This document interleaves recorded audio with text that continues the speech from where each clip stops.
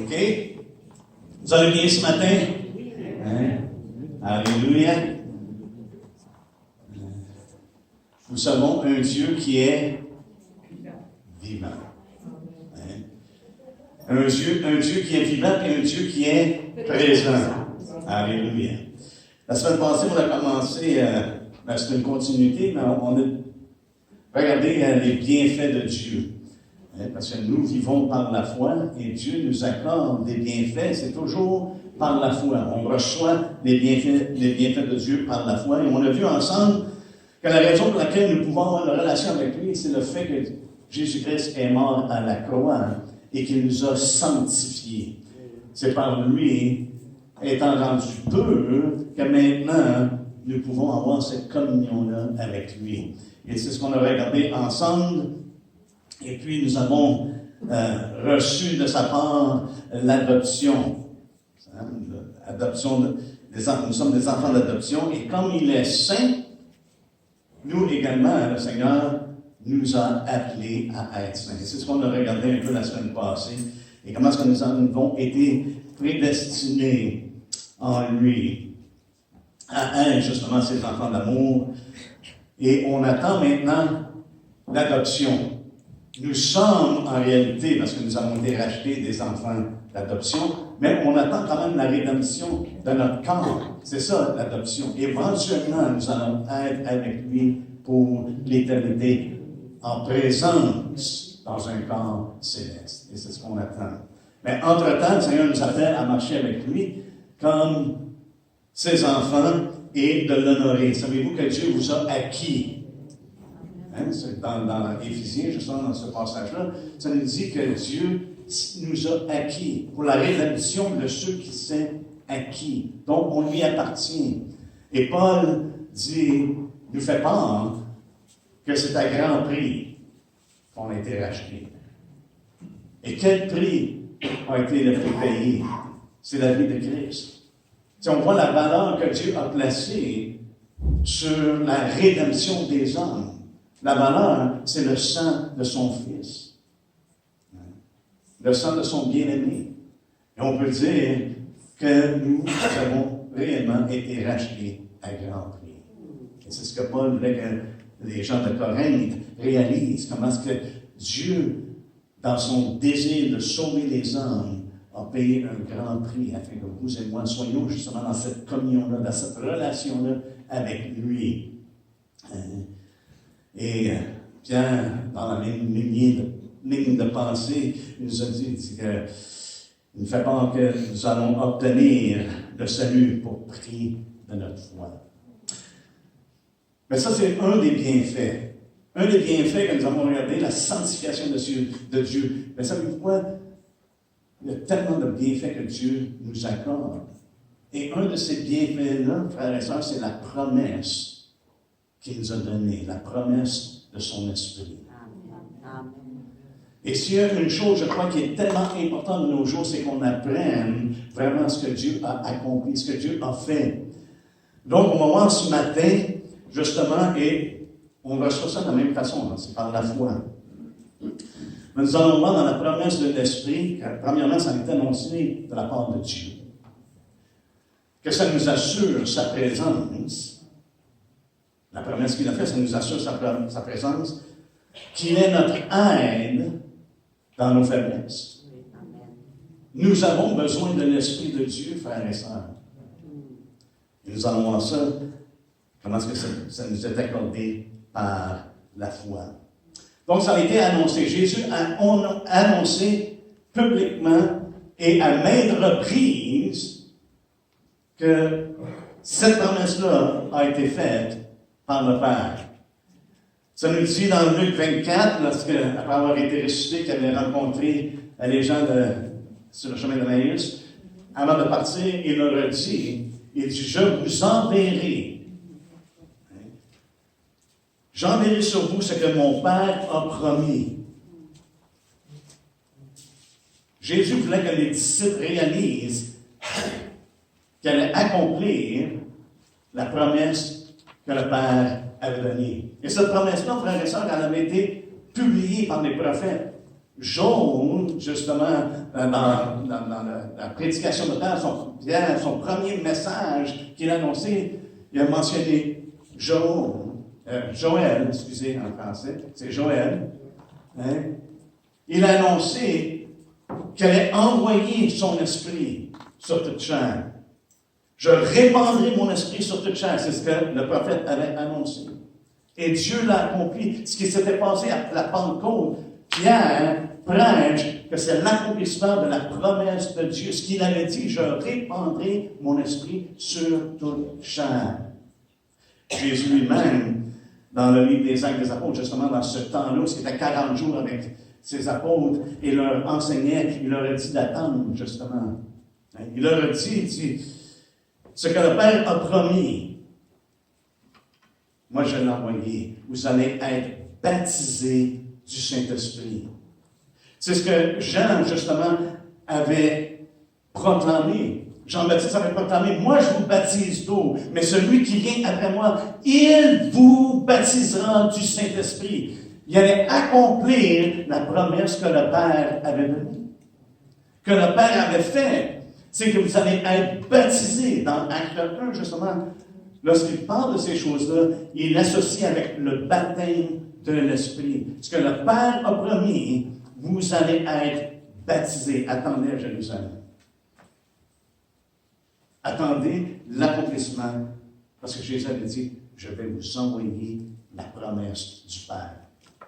Et c'est qu'il allait nous baptiser de l'Esprit. Et l'importance du baptême de l'Esprit, on a vu la semaine passée, que Paul mentionne justement, après avoir cru, nous avons été scellés du Saint-Esprit. Ça ne veut pas dire que le Seigneur met un cap et le Saint-Esprit est limité en nous. Non, ça veut dire qu'il a mis son sceau d'approbation. C'est ça que ça veut dire. Lorsque nous sommes scellés du Saint-Esprit, c'est vraiment que nous avons été baptisés du Saint-Esprit. C'est des termes qui sont utilisés synonymement. D'être scellé du Saint-Esprit, d'être rempli du Saint-Esprit, d'être baptisé du Saint-Esprit. La parole de Dieu s'en sert d'une façon ou d'une autre. Mais d'être baptisé du Saint-Esprit, c'est ce qui est accordé à tous ceux qui sont en Jésus-Christ. Pas simplement un groupe d'élite, mais vraiment c'est pour tous ceux qui sont en Jésus-Christ. Et on va voir ensemble que ceux qui ne sont pas baptisés du Saint-Esprit n'appartiennent pas à Christ. Parce que c'est une promesse qu'il a faite. Et lorsqu'il dit, vous serez baptisés, il vous baptisera, c'est ce que Jean dit, il vous baptisera, c'est une garantie que Jésus baptise ceux qui croient en lui, ceux qui viennent à lui.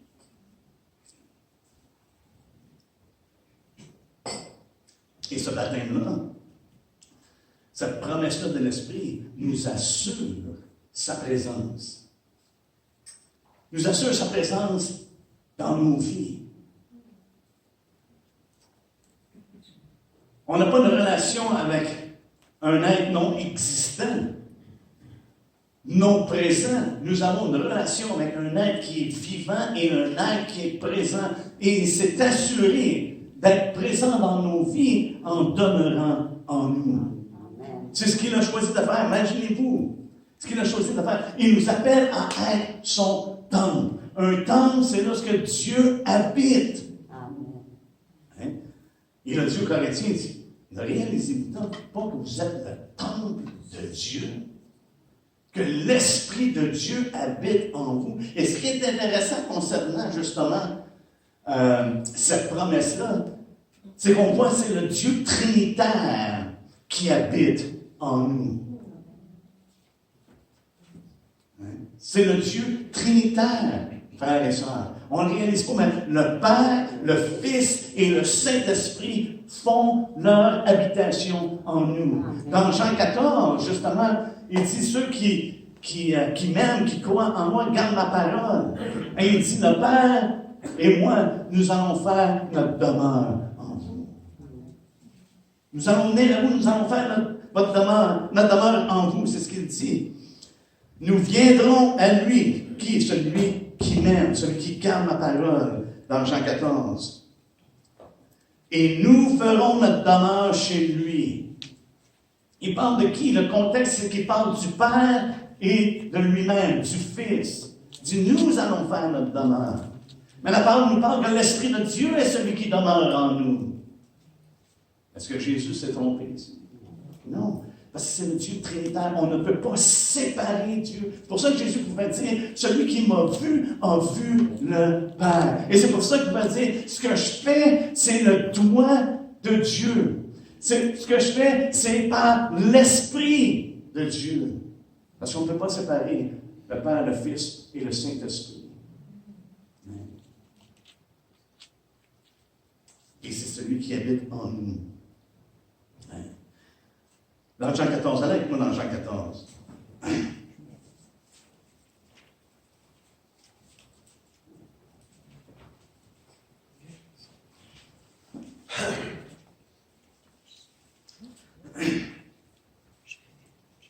Jésus dit, je ne vous laisserai pas orphelin. Amen. Alléluia. On n'est pas orphelin. On est en relation. Nous avons été adoptés. Au verset 15, ça dit, si vous m'aimez, gardez mes commandements. Et moi, je prierai le Père et il vous donnera un autre consolateur. Jésus promet. Jésus le promet. Il dit, gardez mes commandements. Si vous m'aimez, gardez mes commandements et moi, je prierai. Il prie pour qui? Pour ceux qui l'aiment. Il prie pour ceux qui croient en lui, pour ceux qui l'ont reçu. Il dit, moi je prierai le Père et il vous donnera un autre consolateur. Ça ne sera pas, il y en a peut-être bien qui vont recevoir le consolateur. Il y en a peut-être bien qui vont être baptisés selon la promesse de Dieu. Non. Il dit, il vous donnera un autre consolateur afin qu'il demeure éternellement avec vous. Qui demeure avec nous éternellement? L'Esprit de Dieu. Le Père et le Fils et l'Esprit demeurent avec nous et en nous éternellement. L'Esprit de vérité que le monde ne peut recevoir parce qu'il ne le voit point et ne le connaît point, mais vous, vous le connaissez. Frères et sœurs, l'importance de connaître l'Esprit de Dieu. Mais vous, vous le connaissez. Ce matin, je vous pose la question, est-ce que vous connaissez l'Esprit de Dieu? Est-ce que vous êtes en mesure d'entendre ce que l'Esprit dit à l'Église? Amen. On doit avoir des oreilles pour entendre ce que l'Esprit dit. On doit connaître l'Esprit de Dieu. Il dit, mais vous le connaissez. Pourquoi? Parce qu'ils ont vu Jésus œuvrer. Ils ont vu Jésus guérir des gens. Ils ont vu Jésus à l'œuvre. Et il dit ce qu'il faisait, c'était par l'Esprit de Dieu. Il faisait ce que le Père, seulement les choses qu'il voyait le Père faire. Il parlait simplement les choses qu'entendait le Père dire. Il chassait des démons par l'Esprit de Dieu. Dans un des évangiles, et dans l'autre, il dit par le doigt de Dieu. Et on voit que c'est l'Esprit qui est mis de l'avant lorsqu'il y a une action qui est accomplie de cette manière-là. L'Esprit de vérité. Alléluia. Ça nous dit ici, mais vous, vous le connaissez, car il demeure avec vous et il sera en vous. Cette proximité-là. Si quelqu'un est avec moi, dans le courant de la journée, ça se peut qu'il ne soit pas avec moi. Hein? Je peux prendre une marche avec quelqu'un qui est avec moi. Mais dans le courant de la journée, ça veut pas dire qu'on va marcher toute la journée. Mais ce qu'il dit, il sera en vous. C'est qu'il est constamment avec nous. Amen. Il demeurera éternellement avec vous. Il n'y a pas un jour, frères et sœurs, qu'il n'est pas présent avec nous. Et c'est pour ça que Jésus a dit, je suis avec vous tous les jours jusqu'à la fin du monde. Croyez-vous ça? Jésus est avec vous tous les jours. Même quand on est dans le trou, dans le pic, comme on pourrait dire, Jésus est là. Qu'on soit sur la montagne, sur le sommet de la montagne, Jésus est là. Partout ce que nous sommes. Pourquoi? Parce qu'il est en nous. Je ne vous laisserai pas orphelin, c'est ce qu'on continue à lire ici. Hein? Verset 18, il dit, je ne vous laisserai pas orphelin, je viendrai à vous. Est-ce que Jésus a gardé promesse? Oui. Définitivement. Jésus a gardé promesse, frères et sœurs. Dans Jean, 1er Jean plutôt. Juste, on voit que la parole de Dieu nous confirme que c'est non seulement l'Esprit, mais c'est le Père, le Fils et le Saint-Esprit. Dans 1er Jean 3, ça allons seulement regarder au verset 24 pour le temps. Ça nous dit, celui qui garde mes commandements, garde ses commandements, demeure en Dieu et Dieu en lui. Et lorsque les Écritures parlent de Dieu, habituellement, fait référence au Père. Dans la norme, il fait référence au Père. Et ici, il dit, celui qui garde ses commandements demeure en Dieu. Et il affirme ce qui est écrit dans Jean 14. Ce que Jean avait déjà dit concernant que Jésus allait venir et allait faire sa demeure. Le Père et le Fils allaient faire leur demeure. Ici. Et nous connaissons qu'il demeure en nous, comment? Par l'Esprit qu'il nous a donné. Il nous a donné son Esprit qui demeure en nous, et de ce, on connaît que Dieu demeure en nous. Et celui qui met en évidence, ce qui met en évidence que Dieu demeure en nous, c'est l'Esprit qui nous a donné, mais également, c'est le fait qu'on veut garder ses commandements.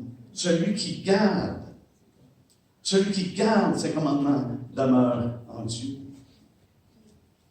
Ce que Dieu a promis, c'est pas qu'on fasse notre propre chose, nos propres affaires, c'est que Dieu a promis, c'est qu'on soit en relation avec lui. Et comment est-ce qu'on peut avoir cette relation-là avec lui? C'est qu'il nous a donné ses commandements, qu'on puisse savoir quelle sorte de relation qu'on peut avoir avec lui, qu'on a avec lui. Et c'est à travers sa parole. Et c'est pour ça que Jésus, lorsqu'il parle de ces choses-là dans Jean 14, il dit celui qui garde ma parole. C'est celui qui garde ma parole qui m'aime. C'est pas celui qui en parle. Grosse différence. C'est pas celui qui en parle, mais c'est celui qui garde sa parole. Il y a beaucoup de gens qui aiment parler de la parole de Dieu, mais qui l'ignorent dans la praticalité. Ici, c'est clair, c'est celui qui garde ses commandements. Celui qui garde ses commandements demeure en Dieu. Mais c'est la voie qu'il a mis devant nous. On marche avec lui. Il nous a donné le chemin à suivre, la voie à suivre. Et c'est ceux-là. C'est ceux-là qui demeurent en Dieu et que Dieu demeure en eux. Chose très importante. Il demeure en nous. Et on sait qu'il demeure en nous par l'Esprit qu'il nous a donné. Comme j'ai déjà mentionné dans 1 Corinthiens 3, ça nous dit, ne savez-vous pas que vous êtes le temple de Dieu et que l'Esprit de Dieu habite en vous. On voit encore, vous êtes le temple de Dieu. Ce qu'on voit dans l'Ancien Testament, c'est que le Père a établi un temple. Ici, c'est l'image qu'il donne. Maintenant, Dieu habite en vous. Il habite en vous. Parce que l'Esprit de Dieu habite en vous. Parce que nous sommes scellés du Saint-Esprit. Nous sommes baptisés du Saint-Esprit. Et ensemble, on forme un temple. Dans Éphésiens 2, au verset 19, ça dit « Ainsi donc », pour ceux qui veulent suivre, c'est Éphésiens 2, verset 19. Ça nous dit « Ainsi donc, vous n'êtes plus des étrangers ni des gens du dehors, mais vous êtes concitoyens des saints, gens de la maison de Dieu. Vous avez été édifiés sur le fondement des apôtres et des prophètes, Jésus-Christ lui-même étant la pierre angulaire. En lui, tout l'édifice bien coordonné s'élève pour être un temple saint dans le Seigneur. En lui, vous êtes aussi édifiés pour être une habitation de Dieu en esprit. Là, ici, c'est ensemble. Nous formons un corps, nous formons un temple, là où Dieu habite en esprit. Est-ce que vous êtes venus ce matin avec une attente ou une compréhension que Dieu habite au milieu de nous? Qu'ensemble, on forme son temple. Ce n'est pas simplement un culte religieux, frères et sœurs. Mais trop souvent, on se limite à ce culte-là le dimanche. Et même lorsqu'on vient, on ne réalise pas que c'est un culte rendu à Dieu et qu'il habite au milieu de nous. Et on peut s'attendre que l'Esprit de Dieu soit à l'œuvre. À l'œuvre au milieu de nous et à l'œuvre dans nos vies personnelles de jour en jour. Et encore une fois, Paul fait mention à propos de l'Esprit. Là, ici, c'est l'Esprit, on pourrait dire l'Esprit et le Père. Allez dans Éphésiens 3. Paul prie. Paul considère que c'est tellement important que Paul prie. Pas parce qu'il n'était pas baptisé de l'Esprit, mais Paul prie qu'il soit fortifié. Au verset 16, ça nous dit, afin qu'il vous donne, c'est ce que Paul prie, et il plie le genou devant le Père dans Éphésiens 3. Au verset 16, il dit, afin qu'il vous donne, selon la richesse de sa gloire, d'être puissamment fortifié par son esprit dans l'âme intérieure. C'est ce qu'il prie. En sorte que Christ habite dans vos cœurs par la foi. Oui, on reçoit tous ces bienfaits-là de la part du Seigneur, toutes ces bénédictions-là, c'est toujours par la foi. Et il dit qu'il prie qu'il soit puissamment fortifié par son esprit dans l'intérieur, en sorte que Christ habite dans vos cœurs par la foi. Nous sommes le temple de Dieu. Le Père, le Fils et l'Esprit sont clairement en habitation, on pourrait dire, en demeure en nous.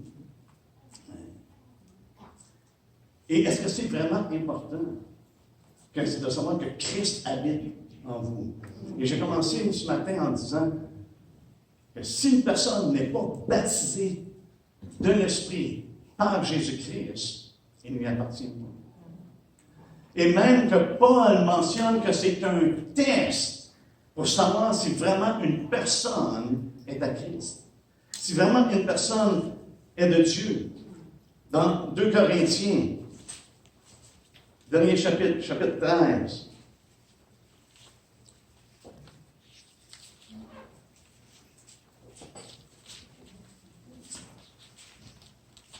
Et ce matin, j'aimerais qu'il n'y en a pas un ici qui sorte sans avoir examiné leur cœur.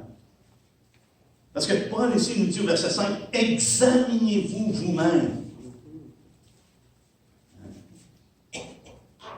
La responsabilité nous appartient de s'examiner. Paul amène les gens à s'examiner. Examinez-vous vous-même pour savoir si vous êtes dans la foi. Ne reconnaissez-vous pas, éprouvez-vous vous-même, ne reconnaissez-vous pas que Jésus-Christ est en vous. Aussi, être dans la foi, c'est d'avoir Jésus-Christ en nous. C'est pas simplement de parler de Jésus, c'est pas simplement d'adhérer à une connaissance concernant Jésus. Non, il dit, ne réalisez-vous pas que Jésus-Christ est en vous. Éprouvez-vous. Examinez. Est-ce que Jésus-Christ est vraiment en moi? Est-ce que je suis vraiment dans la foi? Parce que c'est ça l'épreuve qu'il dit. Examinez pour voir, savoir si vous êtes dans la foi. Éprouvez-vous vous-même. Ne reconnaissez pas que Jésus-Christ est en vous, à moins peut-être que vous ne soyez désapprouvés ou que vous ne passez pas le test ou que vous soyez réprouvés ou que vous soyez de faux chrétiens. C'est ce qui est sous-entendu ici. Que vous soyez réprouvés, que vous ne passiez pas le test. Ma version ici dit que vous soyez désapprouvés. Est-ce que c'est important d'être baptisé? Est-ce que c'est important, si nous sommes dans la foi, c'est d'être baptisé de l'Esprit de Dieu, que l'Esprit de Dieu habite en nous, que le Père et le Fils font leur demeure en nous, de marcher avec cette réalité-là que nous sommes en communion avec Dieu. Par Jésus-Christ, par le prix qui a été payé, parce que nous sommes sanctifiés, non pas par nos œuvres, nous n'avons aucun mérite dans tout ça. Mais Dieu, dans sa bonté, dans ses bienfaits, dans sa bénédiction, nous accorde son esprit. Et ça nous dit ici que c'est par la foi. L'Esprit de Dieu, frères et sœurs, nous aide dans notre faiblesse. C'est ce que dans Romains 8, ça nous dit. Allons ensemble dans Romains 8.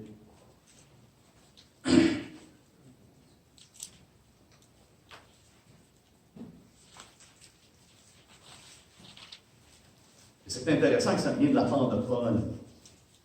Parce qu'on lit plusieurs des prières de Paul dans les Écritures, n'est-ce pas?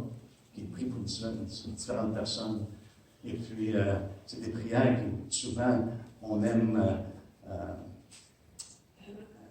les répéter, on pourrait dire pour nous-mêmes, parce que c'est « Seigneur, qui nous donne un esprit de sagesse, qui nous donne un esprit de l'intelligence et ces choses-là. » Paul prie pour divers besoins.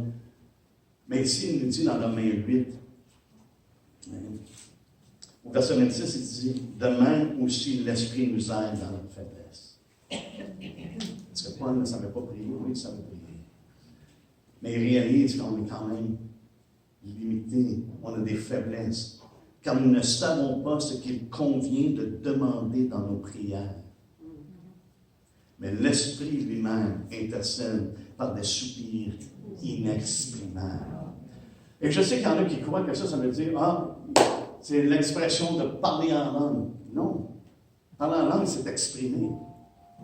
Et Paul n'était pas gêné de parler des dons de l'Esprit. On a juste besoin de lire 1 Corinthiens 12 et 1 Corinthiens 14. Paul n'avait aucun problème de dire, si je parle en langue plus que vous tous. Et son désir, c'est que tous parlent en langue, mais je préfère que vous prophétisiez. Pourquoi? Parce que ça édifie ceux qui vous entendent. Lorsque vous parlez en langue, c'est vous qui êtes édifiés. À moins qu'une personne parle en langue et que ça soit interprété. Donc, les soupirs inexprimables, c'est vraiment des soupirs inexprimables. C'est un souffle, c'est un cri interne. Entendons-nous que l'esprit, c'est comme... Et combien de fois qu'on était dans la présence de Dieu? Moi, personnellement, combien de fois j'ai été dans la présence de Dieu et j'avais rien à dire? Et pourtant, j'avais le cœur. Le cœur quasiment qui tremblait. Et je crois que c'est ça. Quand l'esprit soupire, intercède par des soupirs inexprimables. Et celui qui sonde les cœurs connaît la pensée de l'Esprit, parce que c'est selon Dieu qu'il intercède en faveur des saints. Fait que l'Esprit de Dieu en nous intercède. Alléluia. On ne peut pas être entre de main à main, n'est-ce pas? Amen. Amen. Quelle parole de consolation. Il est le consolateur. Mais quelle parole de consolation. De savoir que l'Esprit de Dieu intercède des soupirs, par des soupirs inexprimables. Mais la chose que j'aimerais qu'on remarque ici, Paul dit quand nous ne savons pas ce qu'il convient de demander dans nos prières. Ça, frère et sœurs, ça me fait réfléchir. C'est qu'il y a des prières qui sont inconvenables. Il y a des prières qui sont inconvenables. Et Jésus lui-même a adressé ça dans Matthieu 6, n'est-ce pas? Il dit, ne multipliez pas vos paroles, vos vaines paroles, comme font les païens. Multipliez pas de vaines paroles. Autrement dit, de répéter sans cesse les mêmes choses. Et combien de fois qu'on va dans la présence de Dieu, qu'on répète les mêmes choses, les mêmes paroles. Il ne parle pas du même besoin, il parle de les mêmes paroles. Ça devient un exercice futile de répéter les mêmes paroles. C'est des mots inutiles. Dans l'Ecclésiaste, Salomon, justement, nous fait peur, il dit, sois pas vite d'ouvrir la bouche quand tu rentres dans la présence de Dieu. Il est dans les cieux, tu es sur la terre. Fais attention quand tu rentres dans sa présence. Même il dit que tes mots soient peu nombreux. Amen. J'aimerais aller le lire parce que je fais juste dire des parties du verset. Dans Ecclésiaste 4, verset 17, il dit, prends garde à ton pied lorsque tu entres dans la maison de Dieu. Approche-toi pour écouter.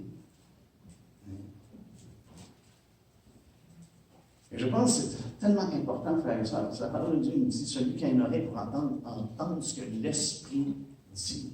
Et trop souvent dans la prière, les gens ne prennent pas le temps d'écouter ce que dit Dieu. On entre avec notre liste, on y parle, on multiplie les paroles. Et des fois, c'est bien parce que c'est la même prière que j'ai faite pendant 50 ans. Les mêmes mots, ou pratiquement les mêmes mots. C'est une vanité, c'est inutile. Jésus ne dit pas faire ça. Si je viendrais à vous et vous répéterez les mêmes mots à chaque fois que je vous verrais, vous diriez, non, il y a quelque chose qui cloche. Imaginez-vous Dieu qui entend son peuple le prier, qui répète sans cesse les mêmes paroles. Les mêmes paroles, ça veut dire qu'il a répété les mêmes paroles. Mais c'était un besoin qui était nécessiteux à ce moment-là, et c'était un besoin qui était intense. Il avait besoin de la grâce de Dieu, la grâce du Père. Parce que pour lui-même, il dit, que cette coupe-là passe. C'est-à-dire, si tu peux, si c'est possible. Il savait qu'il n'y a rien d'impossible avec son Père. Rien d'impossible avec lui. Et pourtant, il a prié, Seigneur, Père, non pas ce que je veux, mais ce que tu veux, que ta volonté soit faite. Il y a des moments où on peut répéter les mêmes paroles, mais ce n'est pas continuellement. Mais dans ce besoin-là, il a répété les mêmes choses, parce que c'était ce qu'il y avait à cœur dans le moment. Il y a eu le temps pour ça. Mais lorsqu'on le fait continuellement, frères et sœurs, ça devient inutile. Regardez ce qu'il dit au verset 17, on continue, ça dit plutôt que approche-toi pour écouter plutôt que d'offrir le sacrifice des insensés, car ils ne savent pas qu'ils font mal. Imaginez-vous. Ils ne savent pas qu'ils font mal. Ne te presse pas d'ouvrir la bouche et que ton cœur ne se hante pas d'exprimer une parole devant Dieu. Car Dieu est au ciel et toi sur la terre, que tes paroles soient donc peu nombreuses. Oh.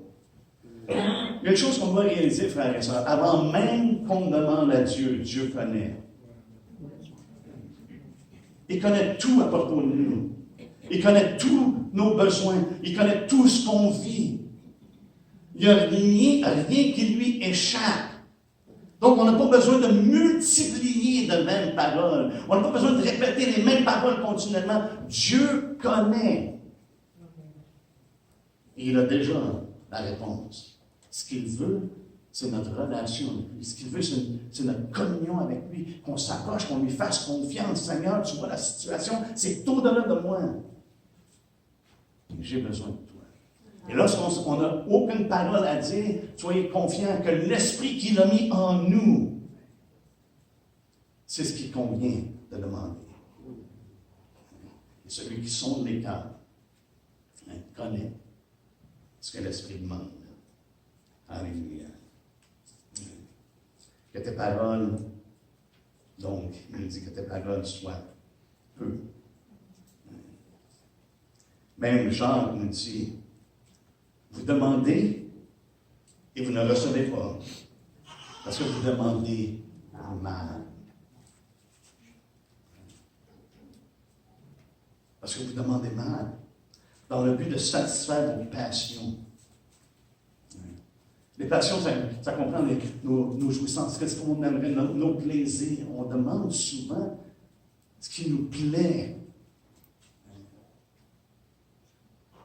Et on passe pas beaucoup de temps vraiment d'intercéder, de prier pour qu'est-ce qui est nécessaire, qu'est-ce qui est important, qu'est-ce qui est bon. Et ça, moi, Jésus nous dit que lorsqu'on cherche Dieu et son royaume, que toutes les autres choses, Dieu va en prendre soin. Il nous dit de ne pas chercher ces choses-là, de s'en remettre à Dieu, parce que Dieu connaît. Il sait ce qu'on a besoin avant même qu'on nous demande. On n'a pas besoin de se concentrer sur ces besoins-là. On a besoin de se concentrer, de le chercher et de s'attendre à lui et de prier pour des choses qui sont vraiment nécessaires. Quand Paul a prié, lorsqu'on a lu tantôt dans Éphésiens, il dit « Je prie que vous soyez puissamment fortifiés par son esprit dans l'homme intérieur. » Frères et sœurs, ça, c'est une prière qu'on apporte qui est importante. Parce qu'on vit dans un monde qui s'oppose à Dieu. On vit dans des situations qui sont extrêmement difficiles. Et la seule chose qui peut nous aider, le seul, pas la seule chose, mais la seule qui peut nous aider, c'est l'Esprit de Dieu. Amen. De vivre dans ce monde-là, dans la puissance. Dans la puissance de Dieu. Nous, on reconnaît qu'on est faible. Paul a reconnu, « Ah, Seigneur, je suis pas capable. Je suis faible. Pourrais-tu enlever ça de ma vie? Pourrais-tu faire de quoi? » Il dit, « Je vais te donner ma grâce. » Et ça va te suffire. Et Paul fait ses délices dans les faiblesses. Je prends plaisir dans les faiblesses parce que lorsque je suis faible, c'est la puissance de Dieu, c'est la puissance de Christ qui agit dans ma vie. Et si je vous demandais à tous, qui veut avoir la puissance de Christ? Si j'avais commencé par ça, je pense que tout le monde aurait levé leur main. Ah oui, oui, je veux la puissance de Christ. Il vous accorde sa grâce. Et ça, c'est suffisant que même dans nos faiblesses, nous sommes forts. Amen. Mais de prier les uns pour les autres, qu'on soit fortifiés par son esprit dans l'homme intérieur. Que Christ habite dans nos cœurs par la foi. Bon, ça, pour moi, c'est une prière, je crois, qui est extrêmement importante. Alléluia. Donc, il nous aide. Et c'est par l'Esprit de Dieu qu'on rend un culte, n'est-ce pas? On adore en esprit, en vérité. C'est par l'Esprit de Dieu. Même Paul dit, nous avons reçu l'Esprit d'adoption dans Romains 8, et c'est par lui que nous crions quoi? Abba Père! Abba Père! Alléluia. Ça parle de relation. On crie à notre Père, Père. On rend un culte, parce que le culte, frères et sœurs, c'est pas simplement d'adorer, de chanter. Le culte comprend la prédication de sa parole, mais également ça comprend la prière. C'est pour ça que Paul encourage les gens de prier en tout temps par l'Esprit de Dieu. Il spécifie de prier par l'Esprit de Dieu. Ça veut dire qu'on peut prier autrement. Mais pour nous, on doit prier par l'Esprit de Dieu. Faites toutes sortes de prières, mais que ce soit par l'Esprit de Dieu. Je nous encourage de prier par le Saint-Esprit. De s'édifier sur notre très sainte foi et priant par le Saint-Esprit. On doit être rappelé que nos paroles de nous-mêmes doivent être peu nombreuses et qu'elles soient animées de l'Esprit de Dieu. Une autre chose, les bénédictions, le bienfait de la promesse de l'Esprit de Dieu, frères et sœurs, c'est que c'est lui qui conduit et c'est lui qui enseigne. C'est pour ça que Dieu a dit, vous serez baptisés de l'Esprit. Dans Jean, ça nous dit qu'on va tous être enseignés de la part de Dieu. Dans Jean 14, on a commencé là dans Jean 14, c'est très clair.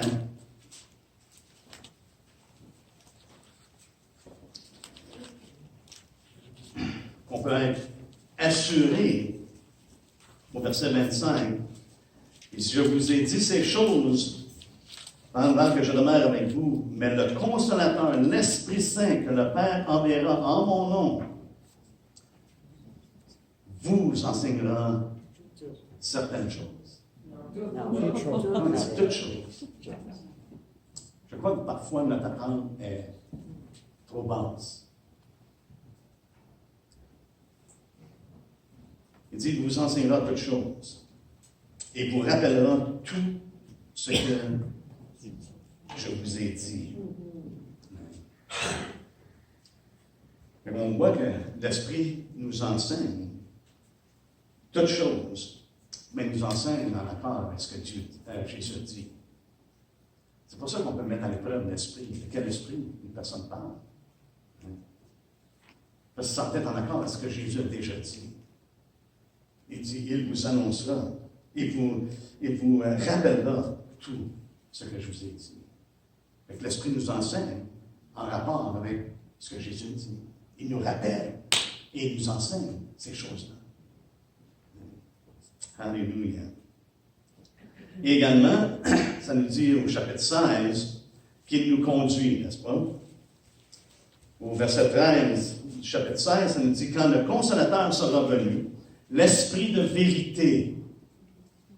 On n'a pas besoin de douter. Ce que l'Esprit nous enseigne, c'est toujours la vérité. Ça va toujours s'enligner avec ce que Jésus a dit. Il est la vérité. Il vous conduira dans toute la vérité. C'est intéressant que l'emphase que l'Esprit met justement dans la parole, ce qui l'inspire Jean à écrire, c'est qu'il vous enseignera toutes choses, et ce même Esprit-là va vous enseigner, va vous conduire dans toute la vérité. Car il ne parlera pas de lui-même, mais il dira tout ce qu'il aura entendu, et il vous annoncera les choses à venir. Il me glorifiera parce qu'il prendra ce qui est à moi et vous l'annoncera. On reconnaît une chose. Comment est-ce qu'on peut reconnaître l'Esprit de Dieu? C'est qu'il annonce ce que Jésus a dit. Ça va toujours être en ligne, ça va toujours être constant avec la parole de Dieu. Avec la parole qui nous a été donnée. On n'a pas besoin de se demander, c'est-tu une nouvelle révélation? C'est-tu? Si ça ne s'enligne pas avec ce que Jésus a dit, frères et sœurs, on peut vraiment le mettre de côté. Et aujourd'hui, on a besoin de réaliser à quel point l'importance de la parole de Dieu. Parce qu'il y a tellement de gens qui se lèvent et qui vont prendre la Bible et qui vont vraiment prêcher à partir de cette Bible-là, mais c'est hors contexte aussi. Ça va en dehors de ce que Jésus a dit. Ils s'en servent. Et Pierre nous a dit, il y en a qui vont faire la marchandise de tout. Faites attention, prenez garde. C'est pour ça qu'il y a toujours des mises en garde dans les Écritures, des avertissements. Et ça encore plus que le temps approche, que le temps s'élève. Même qu'il va y avoir, je crois, ce que Paul dit, une multitude de docteurs, une foule de docteurs.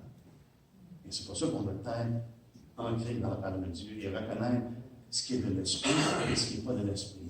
Et ça va être fondé sur ce que Jésus a dit. Il est conduit. Et je veux juste souligner une chose à propos d'être conduit, frères et sœurs. Dans Romains 8, encore une fois.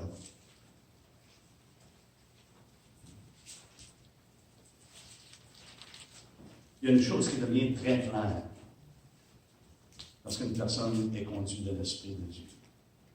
Premièrement, c'est un témoignage que nous sommes fils de Dieu. Donc, verset 14, ça dit, car tous ceux qui sont conduits par l'Esprit de Dieu sont fils de Dieu. Amen. C'est intéressant qu'il ne dise pas que c'est tous ceux qui confessent Jésus qui sont fils de Dieu.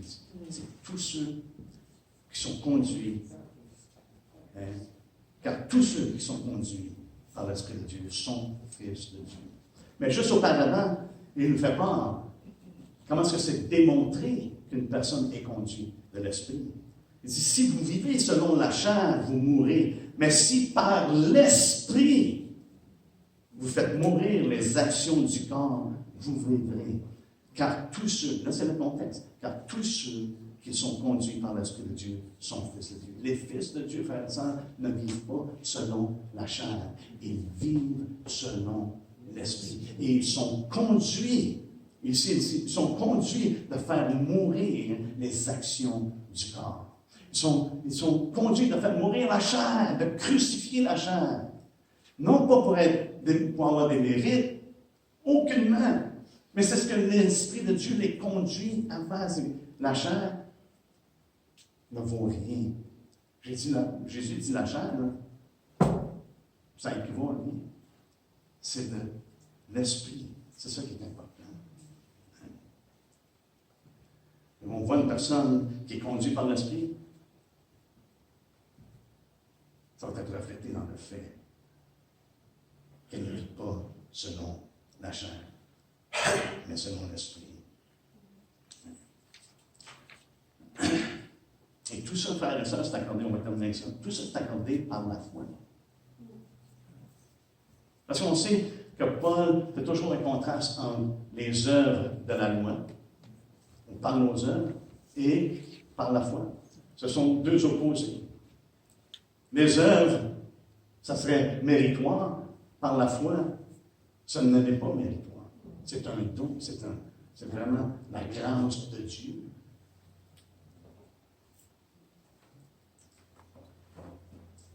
Allez avec moi dans Galates. On a vu ça, pas si longtemps que ça, mais je veux juste nous rafraîchir. Paul pose des questions. C'est important de se poser des questions. C'est pour ça, même dans Corinthiens, il dit examinez-vous vous-même. C'est toujours important de se poser des questions. Au lieu de se poser des questions si quelqu'un est sauvé ou pas sauvé, ou quelle est la relation avec Dieu, c'est de s'examiner nous autres-mêmes. Amen. Et laissons l'Esprit de Dieu agir au milieu de nous.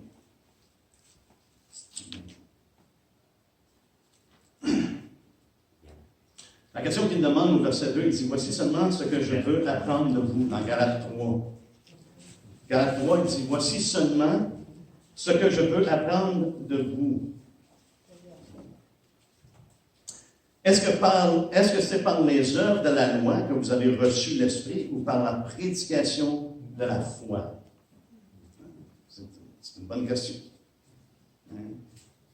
Là, il leur dit, êtes-vous tellement dépourvu de sens? Après avoir commencé par l'Esprit, voulez-vous maintenant finir par la chair? Fait que c'est clair, la réponse, c'est que c'est par la prédication de la foi que vous avez reçu l'Esprit et non pas par les œuvres de la loi. Au verset 5, ça nous dit, celui qui vous accorde l'Esprit et qui opère des miracles parmi vous, le fait-il donc par les œuvres de la loi ou par la prédication de la foi? Qu'est-ce qu'il dit ici? Celui qui vous accorde l'Esprit et qui opère, celui qui vous accorde l'Esprit et qui opère des miracles. Sur quelle base est-ce que c'est basé? Est-ce que c'est par les œuvres de la loi? Ou c'est sur la base de la prédication de la foi? C'est sur la prédication de la foi. Dieu nous accorde sur la base de la foi l'Esprit. Pourquoi? Parce qu'on a cru en Jésus-Christ. Et Jésus-Christ nous baptise de son Esprit.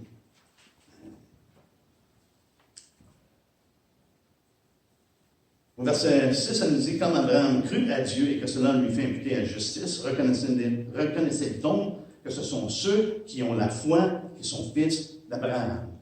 Aussi clair que ça. C'est par la foi. Abraham a été appelé et il a répondu par la foi.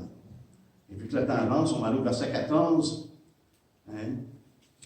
Verset 13, ça nous dit que Christ nous a rachetés de la malédiction. Verset 14, ça nous dit, afin que la bénédiction d'Abraham ait pour les païens son accomplissement en Jésus-Christ et que nous recevions par la foi l'Esprit qui avait été promis. Je pense que Paul est assez clair ici. Comment est-ce qu'une personne reçoit l'Esprit? Il dit c'est par la foi. Et que nous recevions par la foi l'Esprit qui avait été promis. Pourquoi? Parce qu'on a reçu Jésus-Christ. Et c'est la promesse du Père qui s'accomplit. On a reçu Jésus comment? Par la foi. Et c'est sur la même base qu'on reçoit de sa part son Esprit. Que nous sommes baptisés par son Esprit. Que nous sommes scellés de son Esprit. Et c'est ce que Jésus avait proclamé tout le long. Dans Jean 7, il avait mentionné justement qu'il allait avoir des fleuves d'eau vive qui coulerait dans notre sein, n'est-ce pas? Et il parlait de quoi? Ça nous dit qu'il parlait de l'Esprit que devaient recevoir ceux qui croiraient en lui. C'est par la foi.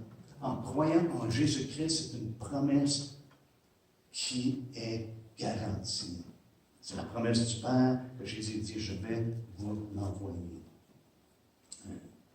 Vous allez recevoir l'Esprit de Dieu. Alléluia. Ça nous dit dans ce temps-là que l'Esprit n'était pas encore donné. Mais maintenant que Jésus est mort, il est ressuscité, il accomplit la promesse du Père. Amen. Donc on voit que l'Esprit de Dieu, et c'est ce que Paul, je crois, conclut dans Galates 5. Dans Galates 5, c'est que l'Esprit de Dieu est notre source. Il est notre surintendant. Il est la source de notre vie. C'est lui qui nous donne la puissance de marcher avec lui. Mais c'est aussi lui qui nous conduit. C'est aussi lui qui gère nos vies. Au verset 24, chapitre 5, ça dit « Ceux qui sont à Jésus-Christ ont crucifié la chair. » La présence de l'Esprit est là, n'est-ce pas? Il faut mourir la chair. Tous ceux qui sont conduits par l'Esprit de Dieu sont fils de Dieu. Ceux qui sont à Jésus-Christ ont crucifié la chair avec ses passions et ses désirs. Si nous vivons par l'Esprit, marchons aussi selon l'Esprit. Il est notre source. Si on vit par lui, maintenant, c'est lui qui gère nos vies. Marchons aussi selon l'Esprit de Dieu. Tu veux savoir comment est-ce que l'Esprit dirige? Nous avons besoin de regarder à ce que Jésus a annoncé. Et c'est ce que l'Esprit est fidèle à faire, de nous enseigner ce que Jésus a annoncé. Alléluia. C'est mon exhortation ce matin. Recevons les bienfaits de Dieu. Amen. Pour la plupart d'entre vous, je crois que vous l'avez reçu. Mais s'il y a des gens ici qui doutent, ou des gens qui ont besoin de s'examiner, c'est le temps de s'examiner. Parce que Dieu ne veut pas seulement qu'on ait une connaissance de lui, mais qu'on le connaisse. Comme Jésus dit, vous le connaissez. Il est avec vous et il sera en vous. Amen. Alléluia. Si on peut se lancer ensemble.